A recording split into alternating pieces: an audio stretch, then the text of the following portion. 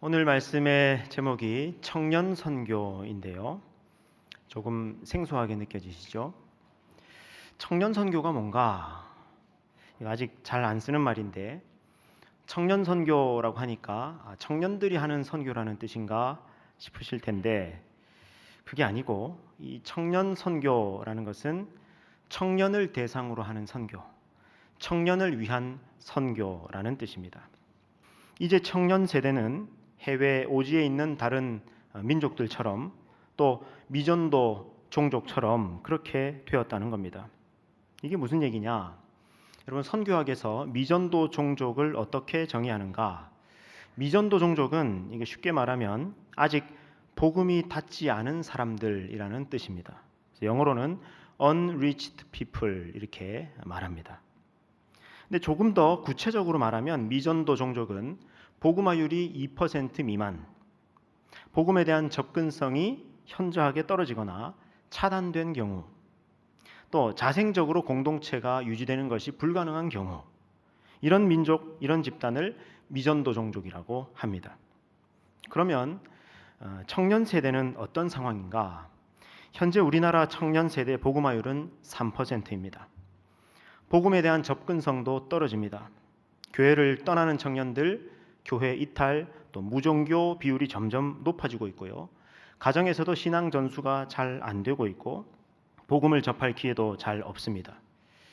자생적인 공동체도 사라지고 있습니다. 교회마다 청년부가 없는 교회가 급속히 늘고 있습니다. 기독교 인구가 전체적으로 감소하고 있긴 합니다. 그런데 그 가운데서 특히 빠르게 감소하는 세대가 다음 세대와 청년 세대입니다. 거기다가 여러분, 해외에 있는 다른 민족, 다른 종족들처럼 청년 세대들은요, 이제 기성 세대와 언어도 다르지 않습니까? 문화도 다릅니다. 그러고 보니 어떻습니까? 이 청년 세대도 정확하게 미전도 종족이죠. 미전도 종족을 향한 선교 명령이 성경 전체에 흐르고 있습니다. 여러분, 창세기 12장 1절에서 3절인데요. 보십시오. 지금 하나님께서 아브라함을 부르시는 장면이에요. 아브라함과 언약을 맺으신 장면인데 이렇게 말씀하십니다. 여호와께서 아브라함에게 이르시되 너는 너의 고향과 친척과 아버지의 집을 떠나 내가 내게 보여줄 땅, 그 약속의 땅으로 가라. 내가 너로 큰 민족을 이루고 내게 복을 주어서 내 이름을 창대하게 하리니 너는 복이 될지라. 너를 축복하는 자에게는 내가 복을 내리고 너를 저주하는 자에게는 내가 저주하리니. 지금 하나님께서 아브라함을 부르시면서 내가 너에게 이러이러한 어마어마한 복을 줄 것이다. 너는 복 그 자체가 될 것이다. 큰 민족이 될 것이다. 그렇게 말씀하시는데 왜 그렇게 하시겠다고 하시는 거냐? 이유가 뭐예요? 빨간색으로 제가 표시했는데 너로 말미암아서 땅의 모든 족속이 복을 받게 하려고, 그거예요. 하나님이 아브라함을 부르신 이유, 이스라엘 민족을 택하신 이유가 뭐라는 겁니까? 땅의 모든 족속이 복 받게 하려고. 출애굽기 19장 5절에서 6절 말씀을 보십시오. 자, 이 장면은 무슨 장면이냐면 하나님이 이스라엘 민족을 지금 출애굽시키셔서 시내산에서 하나님과 언약을 맺는 장면이에요. 하나님께서 이스라엘 민족을 택하신 이유를 이렇게 말씀하십니다. 이거는 같이 읽겠습니다. 시작. 세계가 다 내게 속하였나니 너희가 내 말을 잘 듣고 내 언약을 지키면 너희는 모든 민족 중에서 내 소유가 되겠고 너희가 내게 대하여 제사장 나라가 되며 거룩한 백성이 되리라. 너는 이 말을 이스라엘 자손에게 전할지니라. 아멘. 세계가 다 내게 속했다. 이스라엘 너희만이 아니라 온 세계 모든 민족 모든 사람들이 다 내게 속했다. 다 내가 사랑하는 사람들이다. 내 자식들이다. 그런데 너희가 먼저 내 말을 잘 듣고 하나님과 맺은 언약을 지키면 너희는 모든 민족 중에 내 소유가 될 것이다. 그리고 너희가 내게 대하여 제사장 나라가 될 것이다. 하나님께서 지금 특별히 이스라엘 민족을 택하셨는데 하나님께서 이스라엘 민족을 특별하게 부르신 이유는 이스라엘 민족 자체만을 위해서가 아니라는 겁니다. 온 세계 열방의 제사장 나라로 세우셨다는 거예요. 여러분, 제사장이 뭐 하는 사람입니까? 제사장은 하나님과 사람들 사이를 중재하는 사람이죠. 그 역할로 이스라엘 민족을 택하셨다는 겁니다. 즉 해외 선교, 미전도 종족 선교를 위해서 이스라엘 민족을 택하셨다는 뜻입니다. 근데 이게 이스라엘 역사 가운데서 잘 이루어집니까? 안 이루어집니까? 잘 안 이루어져요. 이스라엘 안에서, 이스라엘 안에서도 하나님 잊어버리고 하나님과 맺은 언약을 깨트려버리고 배반하는 사람들이 나오고 그럽니다. 그래서 그 어려운 역사가 계속 반복되다가 결국 이스라엘 민족은 망하고 말죠. 그래서 결국 누가 오십니까? 하나님의 아들 예수님이 오셔서 이제 혈통적 이스라엘이 아니라 예수님을 믿는 사람들, 성령을 받은 사람들, 참 이스라엘, 새 이스라엘을 세우시려고 하시는 겁니다. 그래서 예수님이 이제 그 참 이스라엘인 교회를 통해서 이 선교적 사명을 이루어 가시는데, 그래서 예수님이 거듭거듭 이런 말씀을 하십니다. 마태복음 24장 14절 말씀인데요. 보십시오. 함께 읽겠습니다. 시작. 이 천국 복음이 모든 민족에게 증언되기 위하여 온 세상에 전파되리니 그제야 끝이 오리라. 아멘. 이 천국 복음이 모든 민족에게 증언되면 그때 이 역사가 끝날 것이다. 예수님 다시 오실 것이다. 그렇게 말씀합니다. 모든 민족에게 복음이 전파되어야 한다. 마태복음 28장 19절에서 20절 말씀인데요. 이게 예수님이 사역을 다 마치시고 하늘에 승천하시기 직전에 하신 명령입니다. 그래서 이른바 마지막 명령, 또 최고의 명령, 가장 높은 명령이라고 이름하는 것인데, 이렇게 말씀하십니다. 예수께서 나와 말씀하여 이르시되 하늘과 땅의 모든 권세를 내게 주셨으니 그러므로 너희는 가서 모든 민족을 제자로 삼아라. 모든 민족에게 가서 복음을 전하고 또 아버지와 아들과 성령의 이름으로 세례를 베풀고 20절 내가 너희에게 분부한 모든 것을 가르쳐 지키게 하라. 볼지어다 내가 세상 끝날까지 너희와 항상 함께 있으리라 하시니라. 이 세상 끝날이 언제 온다고 말씀했습니까? 모든 민족에게 복음이 전파되면 세상 끝이 온다, 그렇게 말씀하지 않았습니까? 근데 그 세상 끝날까지 예수님께서 항상 함께 하실 것이다. 이 사역을 위해서 예수님이 함께 하실 것이다 말씀합니다. 이 명령을 받은 예수님의 제자들이 이제 성령을 받을 때, 그때 무슨 말씀이 또 주어지는지 보십시오. 사도행전 1장 8절 말씀, 우리가 많이 암송하는 말씀인데요. 시작. 오직 성령이 너희에게 임하시면 너희가 권능을 받고 예루살렘과 온 유대와 사마리아와 땅끝까지 이르러 내 증인이 되리라 하시니라. 아멘. 땅끝까지 모든 민족에게 하나님의 복음이 전파되기를 명령하셨습니다. 그래서 이 선교가 완성되는 그 선교 완성의 비전을 보여주는 책이 성경의 맨 마지막 책인 요한계시록인데요. 요한계시록 5장 9절에 보면 이런 비전이 가득합니다. 우리 같이 읽겠습니다. 시작.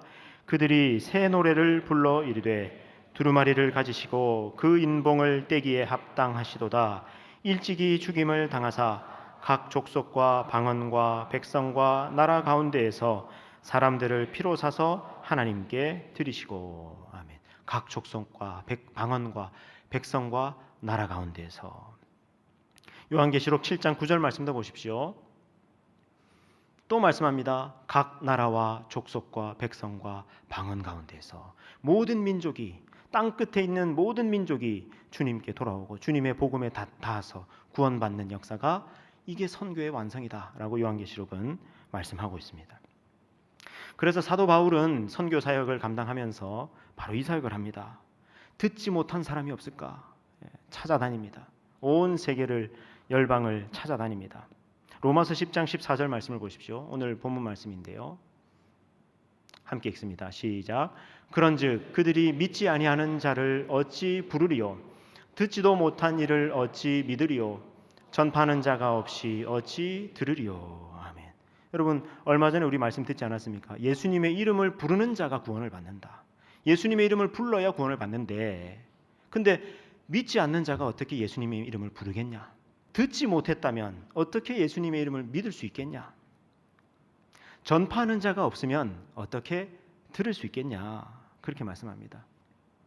그래서 사도 바울은 끊임없이 복음을 듣지 못한 자들에게 가서 복음을 전합니다. 로마서 15장 20절 21절 말씀도 보십시오. 우리 같이 읽습니다. 시작. 또 내가 그리스도의 이름을 부르는 곳에는 복음을 전하지 않기를 힘썼노니 이는 남의 터 위에 건축하지 아니하려 함이라. 기록된 바 주의 소식을 받지 못한 자들이 볼 것이요 듣지 못한 자들이 깨달으리라 함과 같으니라. 아멘. 사도 바울은 어떻게 복음 전했다는 겁니까? 그리스도의 이름을 이미 부르는 곳에는 거기 굳이 가서 복음 전하지 않았다는 겁니다.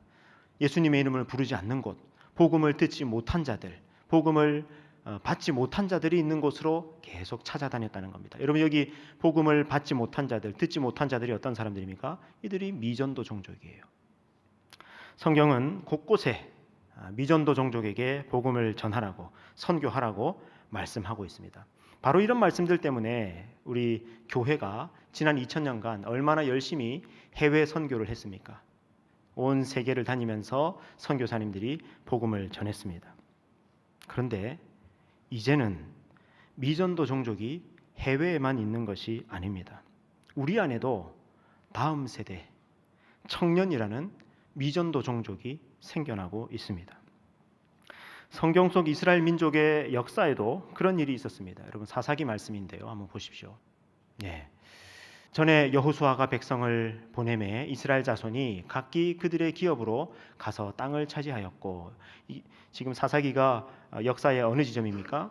이스라엘 민족이 출애굽해서 광야 40년 보내고 이제 가나안 땅 들어와 가지고 가나안 땅에서 그 약속의 땅을 분배받지 않습니까? 여호수아와 함께 지금 그 장면입니다. 약속의 땅을 차지했다, 분배받았다. 7절입니다. 백성이 여호수아가 사는 날 동안과 여호수아 뒤에 생존한 장로들, 곧 여호와께서 이스라엘을 위하여 행하신 모든 큰 일을 본 자들이 사는 날 동안에 여호와를 섬겼더라. 땅 분배받고 나서 여호수아가 살아있을 동안에, 여호수아와 함께 하나님의 구원 역사를 경험했던 사람들이 살아있는 동안에는 어땠다는 겁니까? 하나님을 잘 섬겼다는 거예요. 자, 근데 보세요. 여호와의 종 눈의 아들 여호수아가 110세에 죽음에, 그리고 10절 여호수아도 죽고, 그리고 그 세대 사람들, 여호수아와 함께 했던 그 조상들도 다 죽고 나니까 어떻게 된 겁니까? 그 후에 일어난 다른 세대는, 청년 세대겠죠? 여호수아도 모르고 여호수아와 함께 했던 사람들도 모르고 하나님의 구원 역사도 모르는 그 다음 세대, 청년 세대는 어떻게 됐다는 겁니까? 여호와를 알지 못하며 여호와께서 이스라엘을 위하여 행하신 일도 알지 못하였더라. 그래서 어떻게 됐냐? 이스라엘 자손이 여호와의 목전에 악을 행하여 바알들을 섬기며, 이렇게 돼버린 겁니다. 여러분, 하나님이 누구신지 모르고 또 이방 신들, 가나안 신들, 바알들을 섬기고, 이런 거 본래 누가 하던 겁니까? 가나안 족속들, 이방인들, 미전도 종족들, 그들이 하는 거 아닙니까? 정확하게. 근데 지금 누가 이렇게 됐다는 겁니까? 이스라엘 땅 안에 있는 하나님을 알지 못하는 다음 세대, 다른 세대가 이렇게 되고 말았다는 겁니다. 분명히 이스라엘 땅에 같이 살고 있고 혈통적으로는 이스라엘 민족이 맞는데 하나님 백성의 DNA가 전혀 없는 이방 민족, 미전도 종족이 이스라엘 민족 안에서 생겨나고 있었다는 겁니다. 여러분, 이스라엘 민족의 이 청년 세대가 미전도 종족이 되어버리니까 어떻게 됩니까? 해외 선교가 됩니까? 안 됩니까? 여러분, 본래 이스라엘 민족이 온 세계와 열방에 하나님을 소개하고 제사장 나라 역할을 해야 되는데 이스라엘 민족 안에 청년 세대가 끊어져 버리니까 어떻게 됩니까? 그들이 해외로 한치도 못 나갑니다. 그들 안에서 계속 어려운 역사가 반복되다가, 그리고 바벨론 포로 잡혀갔다가 또 헬라에서 짓밟히다가 그렇게 결국 실패하는 역사로 종결되고 맙니다. 이런 현상이 우리 한국 교회 안에도 일어나고 있습니다. 청년들이 복음에 대한 접근이 단절되어 있고 복음화율이 3% 미만인 미전도 종족이 되어가고 있습니다. 그러므로 여러분, 이제는 청년이 미전도 종족임을 인식해야 됩니다. 청년이 적극적인 선교의 대상이 되어야 합니다. 물론 해외 선교도 열심히 해야 되죠. 해외 선교가 인종적, 언어적, 민족적, 문화적으로 다른 민족이고 또 그들이 미전도 종족이니까 하나님이 그들에게 복음을 전하라고, 그래야 끝이 온다고 하셨으니까 해외 선교도 여전히 열심히 해야 되죠. 그러나 이제는 인종적, 언어적 미전도 종족뿐만 아니라 문화적, 사회적 미전도 종족인 청년 선교도 열심히 해야 합니다. 현재 한국 교회에서 청년 세대가 어떤 상황인가 조금 구체적으로 말씀을 드리려고 합니다. 화면을 보시겠습니다. 여러분, 이게 한국의 종교 인구 분포입니다. 근데 빨간색으로 되어 있는 게 이게 개신교예요. 빨간색 그래프를 자세히 보시면 되는데, 여러분 한국 교회 이 인구수가 언제가 피크였냐면 2005년도, 6년도 그때가 피크였습니다. 피크에 도달합니다. 그리고 그 피크가 한 10년 정도 유지가 돼요. 쭉 유지가 되죠. 근데 언제 급격하게 쇠락하기 시작합니까? 저 밑에 그래프를 보니까 2015년도. 2015년부터 급격하게 한국 교회가 감소하기 시작합니다. 근데 이렇게 한국 교회 전반이 감소하는 가운데 그 중에서 누가 더 많이 빨리 감소하느냐? 청년 세대예요. 다음 세대예요. 2023년도 그리고 2012년도, 1998년도 우리 개신교 인구 변화 추이인데요. 어디를 보시냐면은 19세에서 39세 여기를 잘 보십시오. 1998년도하고 2012년도는 큰 변화가 없죠. 근데 보세요. 2012년부터 2023년도까지 여기에서는 어떻게 됩니까? 절반으로 줄어듭니다. 이 청년 세대가. 그리고 또 보세요. 교회 출석 연령대 비중인데 2017년도에는 20대, 30대가 그래도 17% 이렇게 됐습니다. 근데 불과 2007년도, 2023년도까지 6년 지났는데 6%, 9% 절반으로 줄어듭니다. 이게 불과 6년 최근에 일어났던 일, 물론 그 안에 코로나라는 일이 있었죠. 근데 이런 일들이 한국 교회 안에 일어나고 있습니다. 청년들이 떠나고 있습니다. 이런 현상을 가장 단적으로 보여주는 예가 있는데 그게 뭐냐면 바로 우리 한국 교회의 우리 교단 목사님들의 숫자예요. 목사 연령별 현황인데 여러분 보십시오. 60대가 거의 6천 명입니다. 50대도 거의 6천 명입니다. 40대는 3,700명으로 줄어들어요. 근데 30대는 어때요? 1,300명대로 줄어듭니다. 여러분 이렇단 얘기는 앞으로 요 그래프대로라면은 20년 뒤만 지나면 어떻게 된다는 겁니까? 한국 교회의 절반 가까이가 목사님들이 안 계신 거예요. 목사님들이 안 계셔서 교회가 큰 어려움을 겪게 될 것이고 30년만 더 지나면 어떻게 됩니까? 절반보다 훨씬 더 이상으로. 그때는 목사님들이 우리 교단 목사님들이 1,300명밖에 안 되니까. 그런 시대가 지금 되어가고 있다는 겁니다. 더 이상 청년들이 목회자로 헌신하지 않습니다. 신학교에 가지 않습니다. 과거에 제가 신학교에 갈 때는 그때는 경쟁률이 치열했어요. 그래서 5대1인가 6대1인가 막 그랬어요. 그래서 재수 3수는 기본이고요. 어떤 분들 제 동기 어떤 분들 10수 하신 분도 계셨어요. 그렇게 해서라도 이제 신학교에 들어가려고 주의 종이 되겠다고 헌신하는 청년들이 많았어요. 그때는. 그래서 너도 나도 막 계속 그 청년부에서 저도 신학교 갈래, 저도 신학교. 그래서 그때 자주 했던 말이 야, 다 그렇게 신학교 가면 어떡하냐? 너의 자리가, 너의 현장 거기가 사역지야. 거기서 열심히 해. 너의 전문 분야, 너의 직업에서 열심히 해. 그렇게 하는 메시지가 많을 만큼 그때는 많은 청년들이 신학교에 갔습니다. 근데 청년 인구가 감소하기도 하고 또 그 가운데서 그리스도인 청년들이 급감하면서 더 이상 신학교에 가고 목회자로 헌신하겠다는 사람들이 없습니다. 여러분 우리 청년 공동체 정도 규모면은요. 옛날 같았으면 10명, 20명 이렇게 매년 신대원에 가겠다고 하는 사람이 있어야 되거든요. 지금 거의 없어요. 요즘 청년들이 왜 목회자로 헌신 잘 안 할까요? 왜 신학교에 안 갈까요? 여러분이 안 가려고 하는 바로 그 이유 때문입니다. 심각합니다. 근데 이런 상황 속에서도 여러분 그래도 아까 보셨죠? 30대 교역자님들 또 40대 교역자님들 그래도 이 길을 걷겠다고 헌신하는 분들 정말 귀한 분들이죠. 그래서 여러분 30대 교역자님들을 위해서 기도 과거보다 3배, 4배는 더 많이 해주셔야 됩니다. 자, 이런 상황에서 우리가 해외 선교만 선교라고 생각하면 안 됩니다. 이대로 가면 얼마 안 가서 한국 교회의 해외 선교도 다 중단될 것이 불보듯 뻔하지 않습니까? 이제는 청년 선교가 아주 중요한 미전도 종족 선교입니다.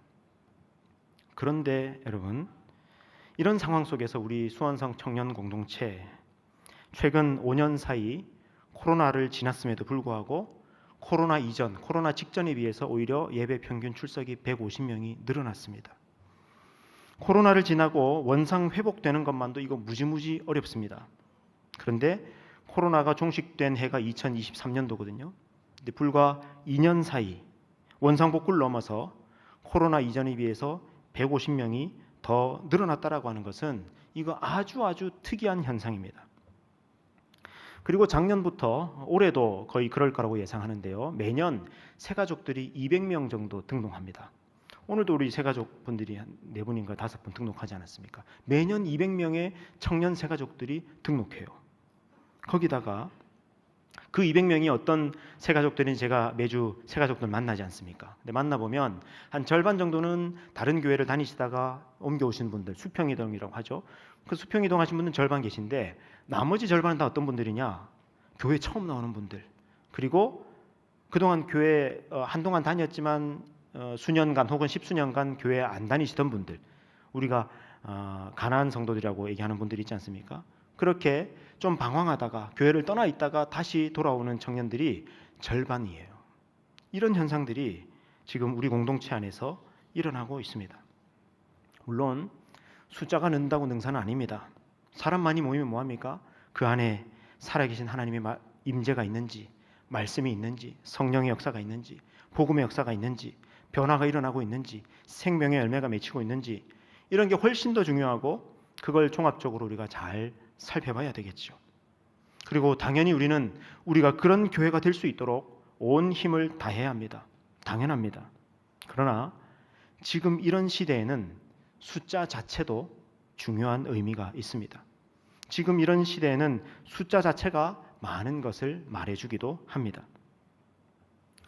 우리 수원성교회는 청년을 선교 대상으로 대상화하지 않았습니다. 자, 이제부터 청년 선교를 열심히 합시다 하면서 막 부르짖지도 않았습니다. 청년 전도를 위한 행사와 프로그램들을 마구 펼치지도 않았습니다. 단지 우리 교회가 우리 선배 세대인 장년들이 먼저 우리 청년들을 아끼고 사랑해 주셨습니다. 그리고 우리는 우리 공동체 안에서 열심히 예배드리고 하나님을 사모하고 말씀을 사모하고 서로 사랑하고 서로 섬기고 서로 헌신하면서 이렇게 좋은 공동체를 함께 만들어가고 있을 뿐입니다. 그런데 그렇게 우리가 해야 할 일들을 하다 보니까 자연스레 청년 선교를 가장 잘하고 청년 선교를 가장 열심히 하는 교회가 되었고 지금 우리가 이런 열매를 맺어가고 있는 것입니다.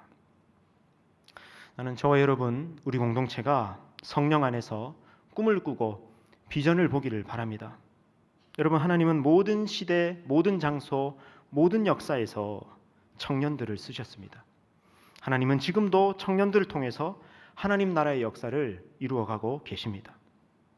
청년 여러분은 다음 세대가 아닙니다. 이미 현 세대입니다. 여러분, 다음 세대라는 말 안에는 뭔가 아직 덜 자라고 아직 덜 완성되었다라는 그런 의미가 있지 않습니까? 여러분은 다음 세대가 아닙니다. 이미 현 세대입니다. 하나님 나라의 주역입니다. 하나님은 하나님 나라의 역사의 큰 물줄기마다 청년들을 부르시고 청년들을 쓰셨습니다. 여러분, 다니엘 아시죠? 다니엘이 포로 잡혀간 나이가 15세예요. 근데 그가 바벨론이라고 하는 큰 제국의 총리급 고위 관직에 오른 나이가 몇 살이냐? 18살이에요. 18살 때 총리급 관직에 오릅니다. 근데 그때 그런 다니엘을 성경은 뭐라고 표현하느냐? 다니엘 2장 48절에 따르면 바벨론 모든 지혜자의 어른으로 삼았다. 그렇게 표현해요. 요셉은 30세에 이집트의 총리가 됩니다. 다윗은 30세에 왕이 됩니다. 에스겔은 30세에 선지자로 부름을 받았습니다. 예수님도 30세에 공생애를 시작하셨고 33세의 공생애를 다 이루셨습니다. 바울은 28세에 회심했고 42세부터 본격적인 전도 여행을 떠납니다. 그리고 20년간 온 세계 열방을 다니며 사역합니다. 성경 인물들뿐만 아닙니다. 여러분, 100년 전에 이 땅에 오셨던 그 많은 선교사님들 있지 않습니까? 그분들이 대부분 청년들이었습니다. 여러분, 그 선교사님들이 우리나라에 오실 때 나이 언더우드 25세, 아펜젤러 27세, 앨런 26세, 로제타 셔우드홀 25세, 루비 캔드릭 24세, 서서평 32세 다 청년들이었습니다. 여러분, 이분들이 어떻게 한국에 오게 되셨는지 아십니까? 1886년도에 미국 매사추세츠주에 있는 이 마운트 헐몬이라는 학교에서 D.L. 무디를 중심으로 여름 성경 집회가 있었습니다. 화면을 좀 띄워주십시오. 예, 이게 바로 그때 사진입니다. 여기에 251명의 대학생이 모였고 그 중에서 100명 이상이 해외 선교사로 헌신했습니다. 이때를 계기로 SBM 학생 자원 선교 운동이 시작되었고 이후 50년간 2만 500명의 청년들이 선교사로 헌신했습니다. 그리고 1906년부터 1909년 사이에 여러분 잘 아시는 언더우드, 아펜젤러, 스크랜튼 이런 선교사들이 우리나라에 왔는데 그 가운데 81명이 이 SBM 출신이었어요. 보십시오. 여러분, 어느 시대나 청년들이 하나님 나라 역사의 주역들이었습니다. 여러분도 하나님께 구하세요. 꿈을 꾸십시오. 하나님께 쓰임 받을 수 있도록 여러분의 삶의 자리, 여러분의 분야에서 열심히 갈고 닦고 준비하십시오. 하나님께서 여러분을 언제 어떤 곳에서 어떻게 쓰실지 아무도 모릅니다. 여러분의 인생이 하나님 나라 역사에서 존귀하고 영광스럽게 쓰임 받게 되기를 주님의 이름으로 축복합니다. 지금 온 세계의 청년들이 교회를 떠나고 있습니다. 코로나 이후에는 더 그렇습니다. 거의 예외가 없습니다. 그런데 우리 수원성 교회는 너무나 특별하게도 지금 청년들이 모여들고 있는 교회, 청년 선교를 가장 잘하는 교회, 청년 선교를 가장 열심히 하는 교회가 되어 있습니다. 그렇다면 여러분, 저와 여러분이 지금 이 교회에, 이 공동체에 청년으로 속해 있다는 사실이 부르심입니다. 그 자체가 부르심입니다. 여러분이 청년 선교사입니다. 이제 청년 선교사가 해외 미전도 종족, 아마존, 아프리카, 밀림이나 이슬람권에 나아가는 선교사만큼이나 중요합니다. 여러분, 청년 선교사로 살아가십시오. 여러분의 청년의 때를 청년 선교사로 헌신하십시오. 여러분의 청년의 때에 청년 몇 명이라도, 아니 단 한 명이라도 여러분으로 인해 구원받는 역사가 있기를 주님의 이름으로 축복합니다. 여러분의 삶의 자리가 바로 땅끝입니다. 하나님에 대해서 오해하고 편견을 가지고 있고 기독교에 대해서 냉담한 많은 사람들, 여러분의 직장, 또 학교, 또 삶의 자리에 있지 않습니까? 거기가 바로 땅끝입니다. 거기서 만나는 여러분의 친구들, 동료들이 바로 미전도 종족입니다. 여러분이 청년 선교사로 살아간다면 단 몇 명이어도 그들에게 복음을 전하고 그리스도의 향기를 발할 수 있다면 여러분은 아마존 아프리카 밀림에 있는 선교사님들만큼이나 중요한 선교 사명을 감당하는 것입니다. 나는 우리 수원성 청년 공동체가 수많은 청년 선교사를 양성하고 파송하는 공동체가 되었으면 좋겠습니다. 그리고 실제로 우리 공동체에서 좋은 목회자, 좋은 해외 선교사도 많이 나왔으면 좋겠습니다. 여러분, 하나님이 여러분 부르십니다. 목회자로 헌신하세요. 신학교 가세요, 여러분. 눈을 피하지 마세요. 고개 숙이지 마세요. 주님, 내가 여기 있사오니 죄를 보내소서, 나는 안 됩니다 하는 당신을 바로 주님께서 부르고 계십니다. 해외 선교사로도 헌신하세요, 여러분. 아, 목사님, 저는 나가는 선교사인데 보내는 선교사 있지 않습니까? 보내는 선교사. 저는 보내는 선교사 할래요. 여러분, 보내는 선교사는요 이미 많습니다. 그만해도 됩니다. 이제는 보내는 선교사가 아니라 직접 나가는 선교사가 더 절실하게 필요합니다. 선교사로도 헌신하십시오. 뿐만 아니라 우리 가운데 좋은 정치인, 좋은 선생님, 좋은 의료인, 좋은 기업인, 선교사도 우리 공동체 안에서 많이 나왔으면 좋겠습니다. 하나님께서 우리 공동체를 축복하셔서 또 여러분의 인생을 축복하셔서 그런 공동체, 그런 인생이 되게 해주시기를 우리 주님의 이름으로 축원합니다. 기도하시겠습니다.